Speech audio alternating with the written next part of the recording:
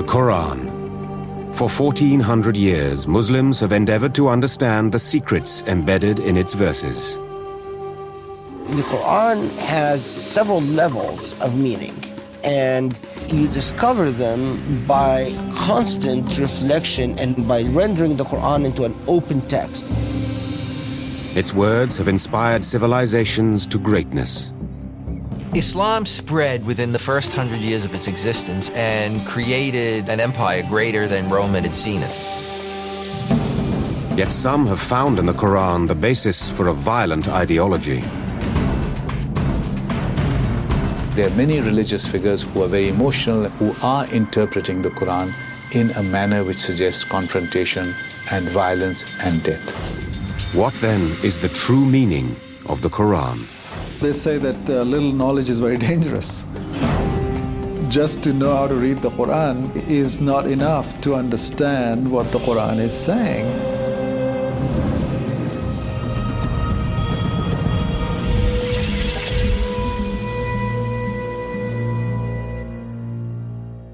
أعوذ بالله من الشيطان الرجيم. The Quran is the holy book of Islam. Over 1 billion Muslims worldwide believe it is the direct word of God, as handed down to the Prophet Muhammad in the 7th century.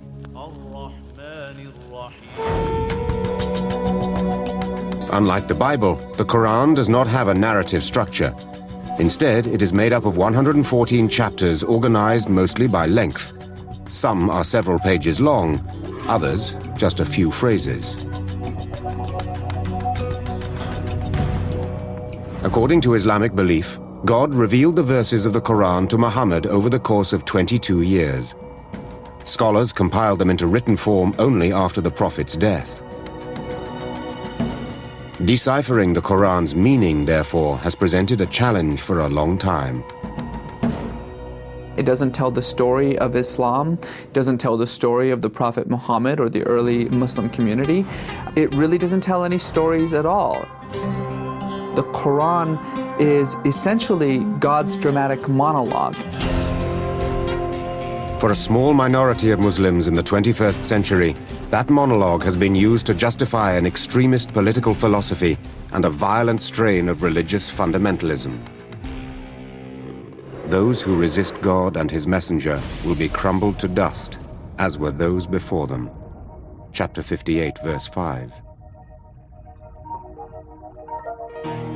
This is how some people, both Muslim and non-Muslim, have come to view the Quran. But while the text does contain passages that invoke violence, this complex and mysterious work also has plenty to say against it. Cooperate with one another on furthering good and virtue, and do not cooperate on furthering sin and aggression. Chapter 5, verse 2. For the vast majority of those who live by the Quran, these messages of peace and compassion are its true guiding principles. For many Muslims, the Quran is the source book for life.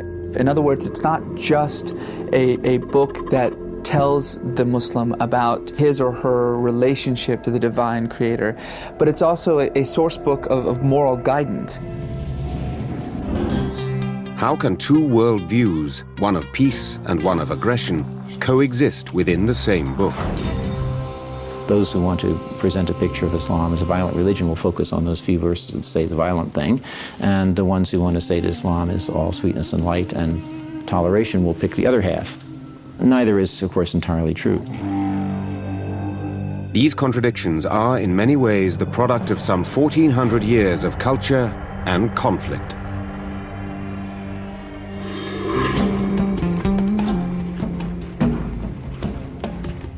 It all began in the year 610 AD in the town of Mecca on the Arabian Peninsula, where a successful and respected merchant, Muhammad ibn Abdullah, was called to prophecy by God. The revelations Muhammad received would come to be known collectively as the Quran. Many of these revelations envisaged a more just and equal society and were revolutionary in scope. Some were practical, some were profound.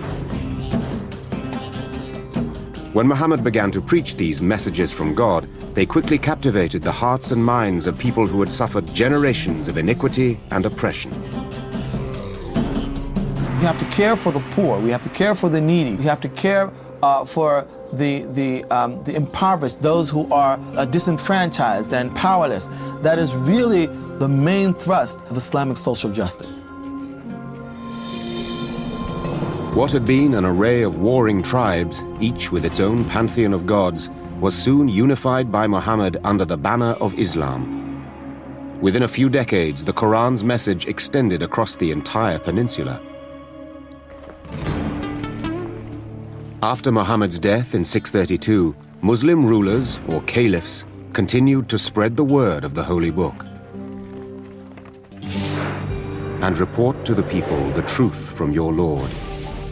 Let him who wills believe in it, and let him who wills reject it. Chapter 18, verse 29. The Quran tells Muslims to spread Islam, to spread the message of Islam. And rulers, in particular, interpreted the spread of Islam in an imperial fashion. Within 50 years, what had begun as a small community of faith centered in Mecca and Medina had thoroughly absorbed most of the Indian subcontinent. It had swallowed whole most of North Africa, and it had pushed the Christian empire deep into Europe and made it very little more than just a regional power. The Quran went on to inspire a whole series of empires. One of the first was that of the Abbasid dynasty, whose capital city was Baghdad. Founded in the year 750 AD, the Abbasid Empire marked the beginning of the Golden Age of Islam, a civilization built on the doctrines contained in the Quran. A fundamental characteristic of this civilization was a concept repeatedly emphasized throughout the Holy Book, that of ilm, or knowledge. The word ilm or knowledge is used more often in the Quran than any other word except the word for God. God emphasizes knowledge because that is what makes us human beings. It was ilm that inspired the empire's rulers and enabled their civilizations to flourish. The Quran is like the seed, and it exploded, it inspired these dormant human beings in Arabia to become inquisitive about everything and explore everything. The Abbasid Empire achieved unprecedented heights of excellence in science, maths, and technology. Its scholars collected many ancient Greek texts that would probably have been lost otherwise, and later transmitted them back to the Europeans.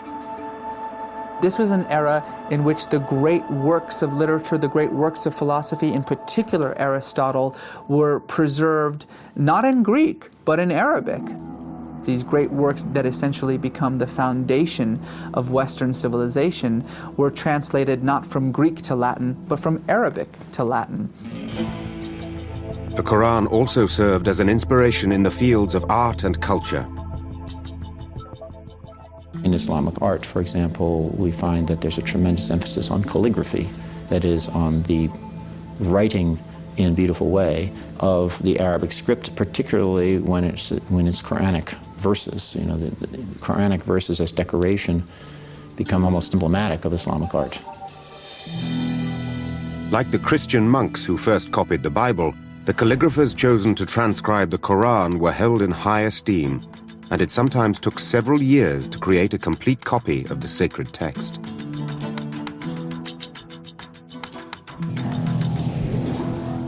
As the teachings of the Quran spread under the Abbasid dynasty, millions of people came to live their lives according to its principles. One of the tenets refers to a word that appears only a few times in the pages of the Quran, but is one of the most controversial and misunderstood. The word is jihad. The basic use of the word jihad is a struggle to be a good Muslim, a struggle to live by the codes of Islam. That is the original meaning of jihad. The word jihad translates as struggle. it possesses two distinct forms, the lesser jihad and the greater. Greater jihad, a phrase first used by Muhammad himself, refers to the internal struggle to improve one's soul and become a better human being in the eyes of God. Greater jihad is given more prominence in Islamic tradition. But lesser jihad has historically attracted more attention and controversy. The lower form of jihad is a physical jihad. When you are attacked, your family is attacked, your wife is attacked, your children are attacked, you must stand up and fight back. Permission to take up arms is hereby granted to those who are attacked. They have suffered injustice. God has all the power to give them victory. Chapter 22, verse 39. A good Muslim, if Islam is under siege or the community is under siege, has the right, indeed may have the obligation, to defend his faith or her faith, the community, or oneself. The concept of jihad as external battle rather than internal struggle would soon be cast in a new light for those who lived by the Quran. At the high point of the Abbasid Empire, armies from Christian Europe would go on the march against Islam, and a series of wars to possess the holy city of Jerusalem would begin. The Crusades.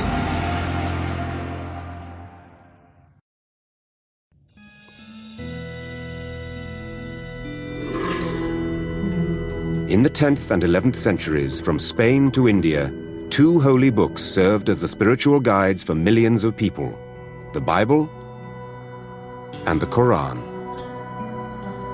Inspired and instructed by the Quran, Muslim leaders ruled over several vast empires, huge cities of wealth and culture, brilliant centers of scholarship and art.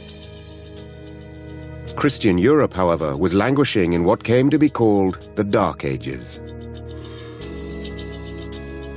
Nevertheless, the two faiths and their texts had much in common.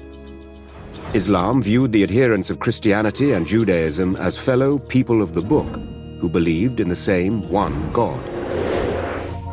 Surely those who believe, and those who are Jews and Christians, whoever believes in God and the last day and does good, they shall have their reward from God. Chapter 2, verse 62. The Quran also contains many references to biblical figures. Then we followed up these messengers with Jesus, son of Mary, to whom we gave the gospel, and we put in the hearts of his followers kindness and mercy. Chapter 57, verse 27. But in the Muslim world, European culture, and Christian culture in particular, was not held in very high regard. The Muslims had had a very clear idea of what the peoples of Northern Europe were like.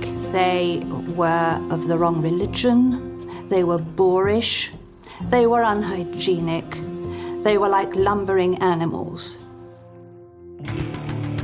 These two worlds were about to come into bloody conflict over one of the holiest places on earth, Jerusalem, a city sacred to Christians, Jews, and Muslims.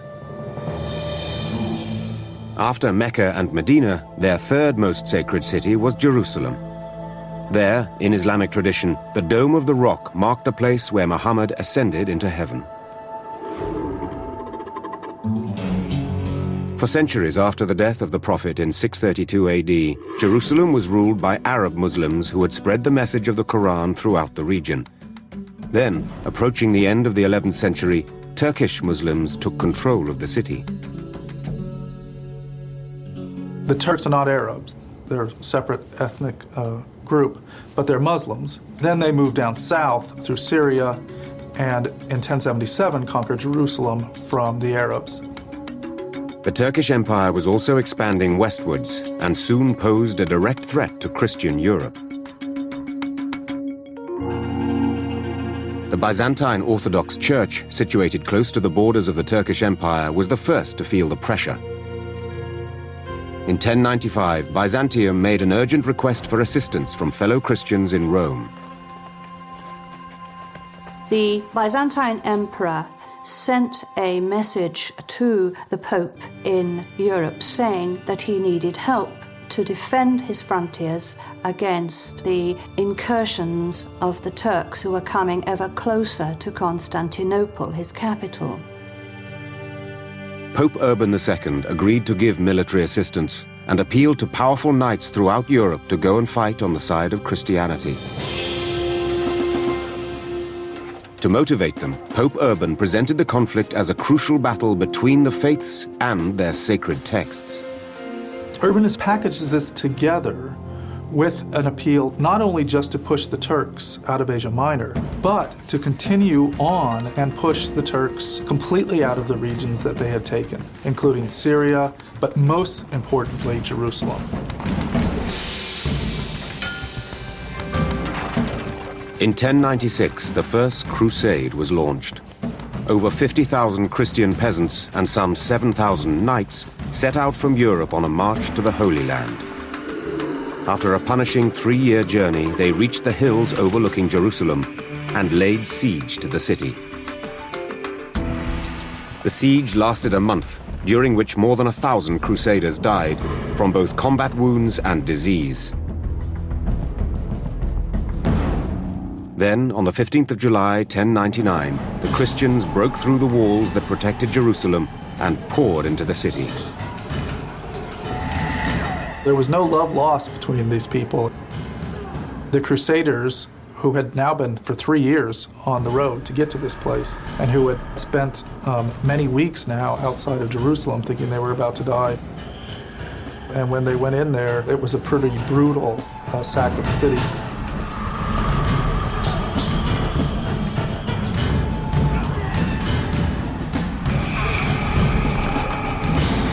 There is no doubt on both sides of the historiography for this event that the Crusaders were exceptionally bloodthirsty.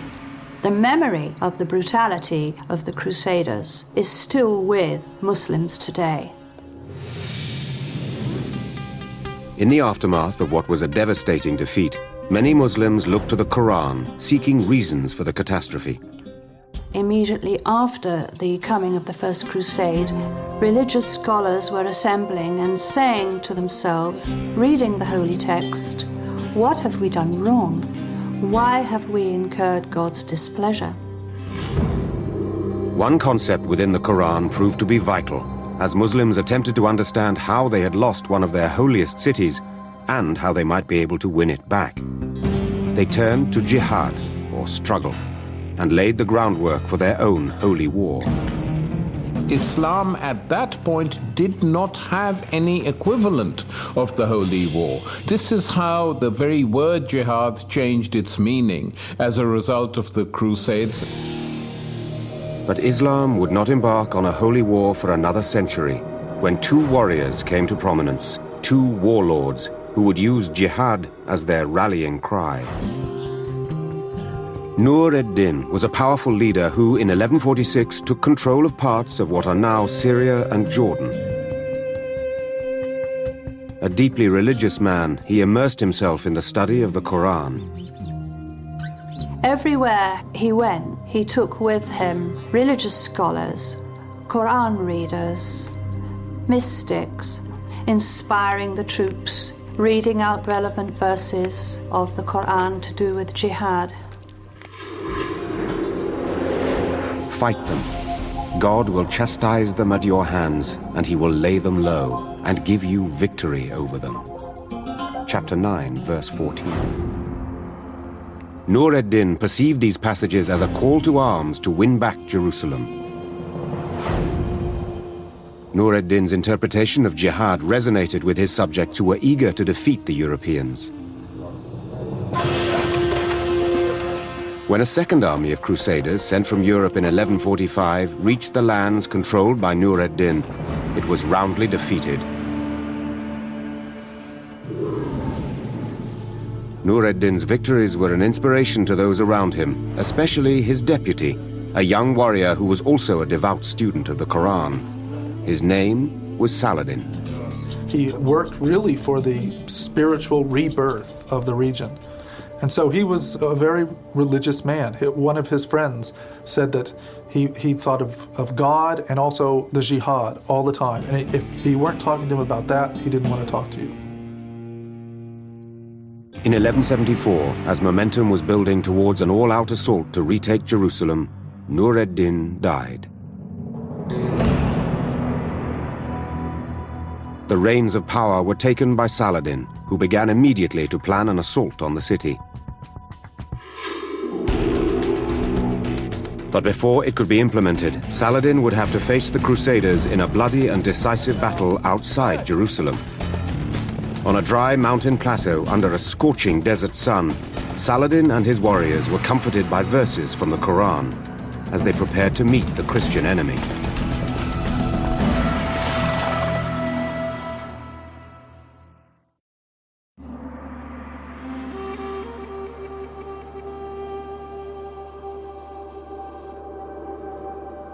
The 4th of July, 1187, it was sunrise on the Hattin Plateau, a barren expanse of desert 70 miles from the city of Jerusalem.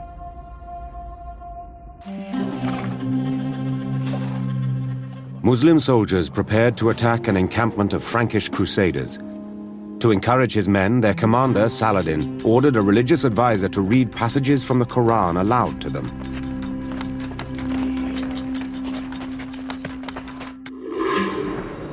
As for those who forsake the domain of evil and are driven from their homelands and fight for it and are slain, I shall most certainly efface their bad deeds and bring them into gardens where running waters flow as a reward from God.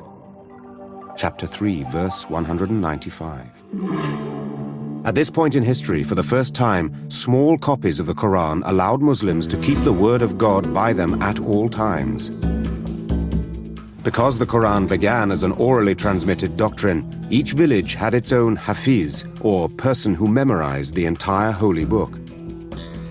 In time, these villages began to transcribe the Quran on paper for individual use. The small pocket Qurans that came in the 11th century were on paper, and they made the holy text accessible to ordinary people. They could put it in their pocket, close to their flesh, so to speak, to feel that it was acting as a kind of protection from God. The night before the assault, the Muslims set the grass around the Crusader camp aflame. By dawn, the Crusaders were enveloped in choking black smoke.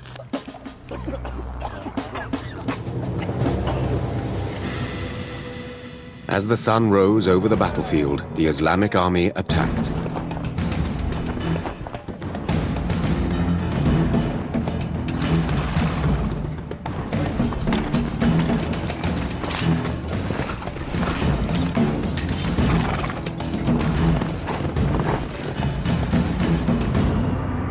After half a day of fierce battle in the searing heat, the Crusader army lay devastated. This was the turning point in the history of the Crusades. Emboldened by his victory, Saladin turned his attention to reclaiming Jerusalem. Within 3 months, Saladin's army had advanced to the gates of the city and surrounded it. After a 12-day siege, the massively outnumbered Christian forces surrendered. Saladin was faced with the thorny problem of what to do with the thousands of captives he had taken prisoner. He was persuaded by his advisors that here was an opportunity to show mercy, to show the superiority of Islam as a religion over Christianity. Saladin decided to accept the surrender of the Christian commander. He then released all the prisoners unharmed. He allows those who can ransom themselves to go, and then when those people who cannot afford to pay ransom, he allows them to go and pays for them by his own estate. Now, this kind of action is only possible if you're inspired by the Quran, as is Salahuddin. The loss of Jerusalem was a bitter defeat for the Christians in Europe. Its fall rapidly spurred the formation of another crusade to reconquer the city as soon as possible. The Third Crusade, launched in 1189, was led by the King of England, Richard the Lionheart.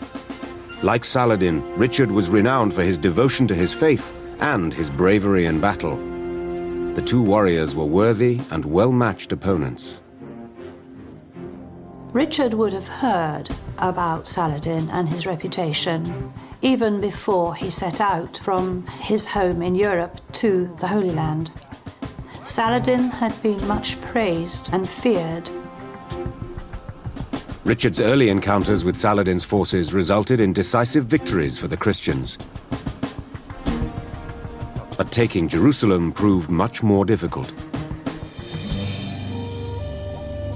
Saladin's armies were strong, and the open ground around the walled city made it difficult to mount an effective attack. The Muslims and Christians were at a stalemate. On the 2nd of September 1192, both sides agreed to a truce. The Third Crusade is a bit of an anticlimax from the Muslim point of view. Saladin failed to remove the Crusaders permanently from Muslim soil. Both Christians and Muslims had fought hard in the name of their respective religions and sacred texts. Yet because neither side had won a decisive victory, the battles they had waged for more than 100 years remained unresolved. And centuries later, those wounds would be reopened by a new clash between Islam and modernity.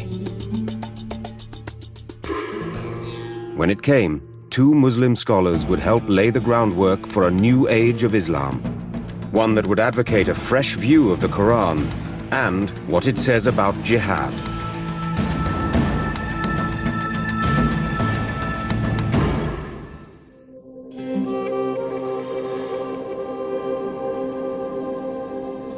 According to the historians of Islam, the words of the Quran were revealed by God to the Prophet Muhammad in the 7th century. The revelations formed the framework of a new religion and informed a succession of powerful empires. The Quran was sort of the engine. It's just a phenomenal unleashing of intellectual and religious energies that really informs the culture and the society at the time. The golden age of Islam lasted several hundred years, but by the 15th century, political and economic decline had set in. Internally, the resources of the various Muslim empires were stretched thin, and they began to compete with each other for land, natural resources, and influence. According to some scholars, this infighting was due in part to society turning away from the Quran's injunctions to seek knowledge, or ilm, and focusing instead on the raw pursuit of power. The downfall begins in the 15th, 16th centuries when ilm or knowledge is no longer prized. So you have Muslim empires fighting other Muslim empires, and there's tyranny and there's oppression, and the scholar is being more and more marginalized. Of equal importance in the spiraling decline of the Islamic empires were external factors, in particular, the growing power of Christian Europe. The last of the great Muslim empires was that of the Ottomans. The heartland of the Ottoman Empire was Turkey. It began its rise to power in the 15th century, and eventually its armies reached the gates of Vienna. It was here, in 1683, that European forces decisively halted Islamic expansion. For 2 months, 200,000 soldiers fought each other outside the city walls. In the end, the Ottoman army was defeated. From this point, the Muslims lost more and more ground to the European nations. The Islamic peoples lacked a central political authority. Their watershed of power had been reached, and afterwards, variant interpretations of Islam spread throughout the Muslim world. In response, a movement that aspired to restore Islam to its former glory and aspired to a literal reading of the Quran gradually took root. In the mid-18th century, a scholar called Muhammad ibn Abd al-Wahhab lived and worked in what is today Saudi Arabia. He came to believe that Muslims had strayed from the teachings of the Quran. and he advocated a return to what he claimed were the fundamentals of the religion. He saw his society as becoming corrupt, so like, quote, any good revivalist, the notion is, if we're corrupt, it means we've departed from true religion, we need to get back to true religion. And for Muhammad ibn Abdul Wahhab, that meant going right back to the Quran and to the example of the Prophet. Wahhab wanted all non-orthodox interpretations of the Quran banned. He called for such things as the revival of the stoning of adulterers and the amputation of the hands of thieves, rules specified in the sacred text, although not necessarily applied in all cases. The Quranic literalists don't see that this was something that was written in the early medieval period or the late ancient period. It's one thing to have it written in the Quran and another thing to implement it. Wahhab's strict interpretation of the Quran might have remained his own, but for a fateful meeting. In 1744, while journeying across the Arabian Peninsula, Wahhab encountered a tribal chieftain called Muhammad ibn Saud. Saud was ambitious and bent on unifying all Arabia. Armed with Wahhab's fundamentalist teachings, Saud believed he could use both a sword of steel and a sword of faith to subdue the peninsula. They actually literally signed a compact. You will be the religious leader and I will be the political leader, and we will try and take the whole peninsula. It would take nearly 2 centuries to accomplish, but in 1924, a descendant of Saud, Abdulaziz ibn Saud, conquered the Hejaz in Western Arabia. That meant he held sway over Islam's most venerated sites, Mecca and Medina. 8 years later, the modern state of Saudi Arabia was founded, and the stringent doctrines of Wahhabism became the law of the kingdom.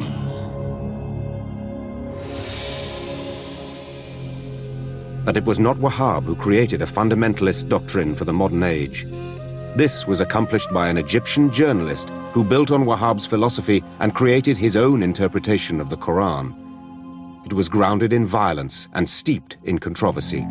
His name was Sayyid Qutb.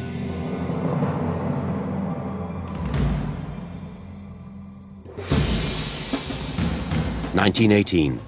The end of the First World War signaled the final collapse of the crumbling Ottoman Empire. Across the Middle East, Arab lands were divided up between the European colonial powers, which imposed secular regimes on Islamic peoples. These were often repressive and reactionary. This was the world in which Sayyid Qutb, born in Egypt in 1906, grew up. As a young man, Qutb was neither radical nor religious. A journalist and a scholar, his work took him to America in 1948. There he was shocked by what he saw as a hopelessly decadent society, and he became a radical.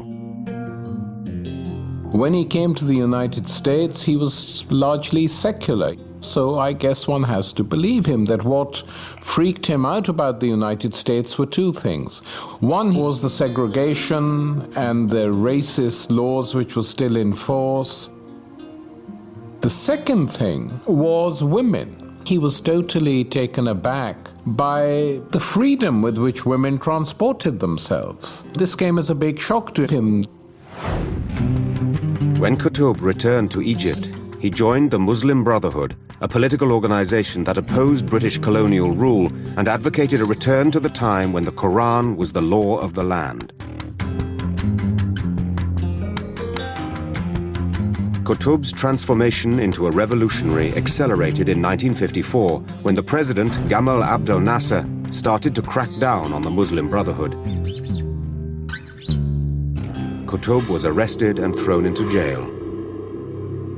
It was really in the dank and sadistic prisons of Nasser's Egypt that Qutb, who was repeatedly tortured, who saw so many of his fellow Muslim brothers tortured and murdered, that this radical reinterpretation of the Quran took hold of him, where he no longer believed that preaching and living a good moral Muslim life was enough to change Muslim and Arab society, that it required a revolution.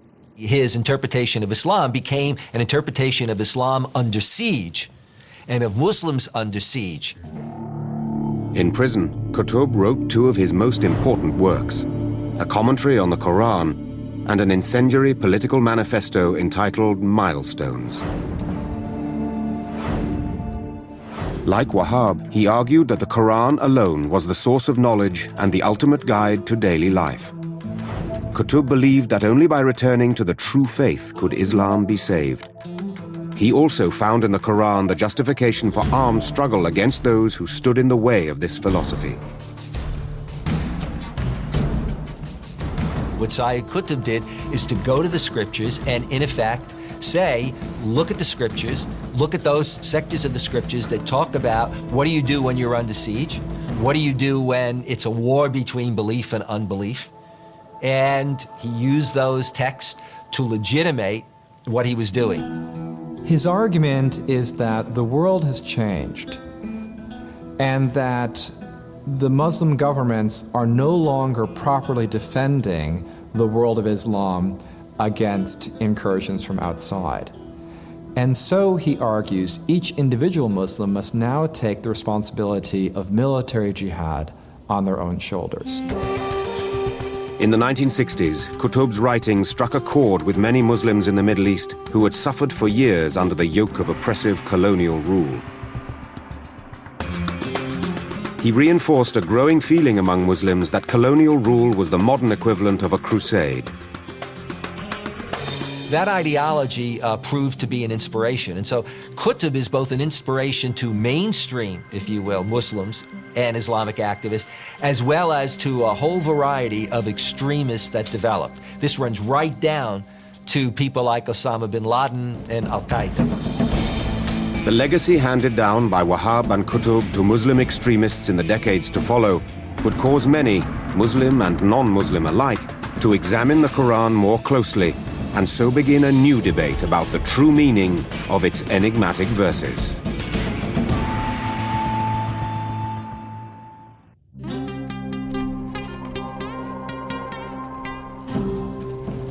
For over 14 centuries, the Quran has been the primary source of guidance and piety for Muslims all over the world. But what believers have found in its pages has often depended on what they were looking for. Like most sacred texts, the Quran contains a host of statements that are seemingly contradictory and difficult to reconcile. There are numerous verses that call on believers to live peacefully and to create a society built on justice and understanding. Behold, God enjoins justice and the doing of good and generosity towards one's fellow men, and he forbids all that is shameful and all that runs counter to reason. Chapter 16, verse 90. But other verses in the Quran command Muslims to rise up in arms against non-believers. Fight those who believe not in God, nor acknowledge the religion of truth, until they pay with willing submission and feel themselves subdued. Chapter 9, verse 29. In recent years, a relatively small but significant percentage of Muslims have found in verses such as these the justification for a violent ideology. There is, in a very real way, a struggle for the soul of Islam between a majority and a minority. A minority that is a minority, but that is dangerous and have an impact beyond its numbers. In 1998, Osama bin Laden quoted one of these verses.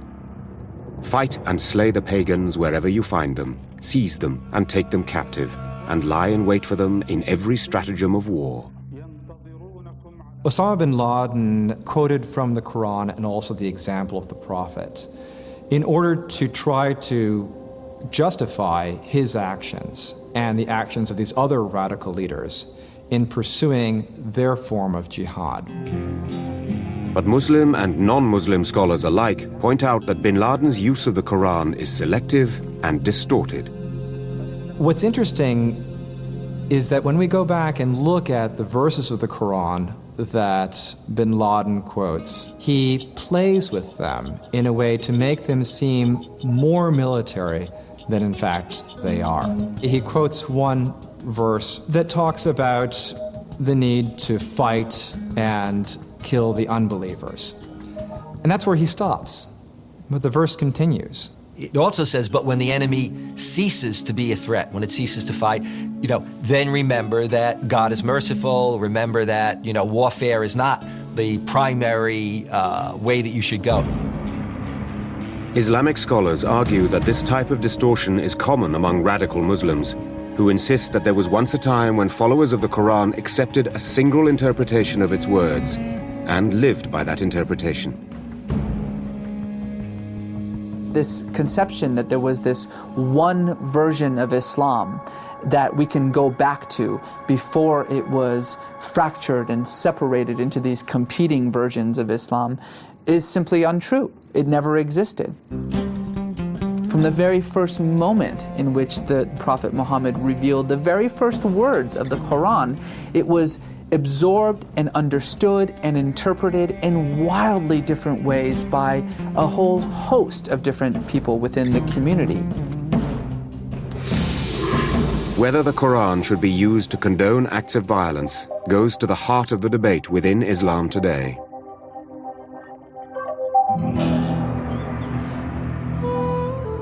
The roots of the crisis can be found in the struggle that almost all other great religions have undergone: how to maintain the status of their sacred texts in a modern world that appears to deny their relevance.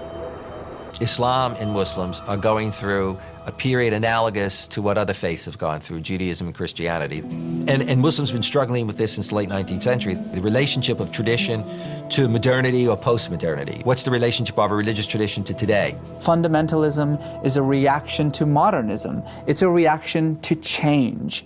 Change is inevitable, and as long as change is inevitable, fundamentalism will be inevitable. It is also inevitable that Muslims look to the Quran for answers about the future. The Quran has been used to divine the future, but it does not itself pretend to hold the secrets of the future. Ultimately, the future that the Quran is concerned about is the end of time. Nonetheless, that has not prevented some people from claiming to find specific forecasts in the text. One forecaster, indicating verses that refer to a great deluge, predicts that a powerful tsunami will strike the United States in 2007 as punishment for crimes against humanity. But most scholars discount this kind of prophecy as yet another distorted reading of the text. So there's all kinds of different ways of interpreting it, interpreting what the meaning is of the text. So really the difficulty is not what the text says, but what do we want to make it mean? For centuries, through times of war and peace, the Quran has helped to shape modern history. The messages in Islam's holy book have been the impetus for some of the world's greatest civilizations, and they have also been cited as inspiration for acts of barbarism. Muslims respect the Quran, they're motivated by the Quran. The challenge for Muslims is go to the Muslims and confront them like a mirror, hold that mirror up to them and say, where is this coming from? Is this coming from the Quran, or are the messages of peace, of compassion, of friendship, of knowledge stronger in the Quran? And if we can get it right, then we will be able to change the very nature of Muslim society in the 21st century. Because of widespread literacy, because of widespread access to the Quran, Muslim individuals, and particularly Muslim women, are going to the Quran by themselves, for themselves, many for the first time. They are creating an Islam that is becoming ever more diverse, that is becoming the exact opposite of what these jihadists and these extremists wanted to be. How the Quran will continue to influence the events of history depends on how the millions of Muslims around the world interpret its words, and how they choose to live by them.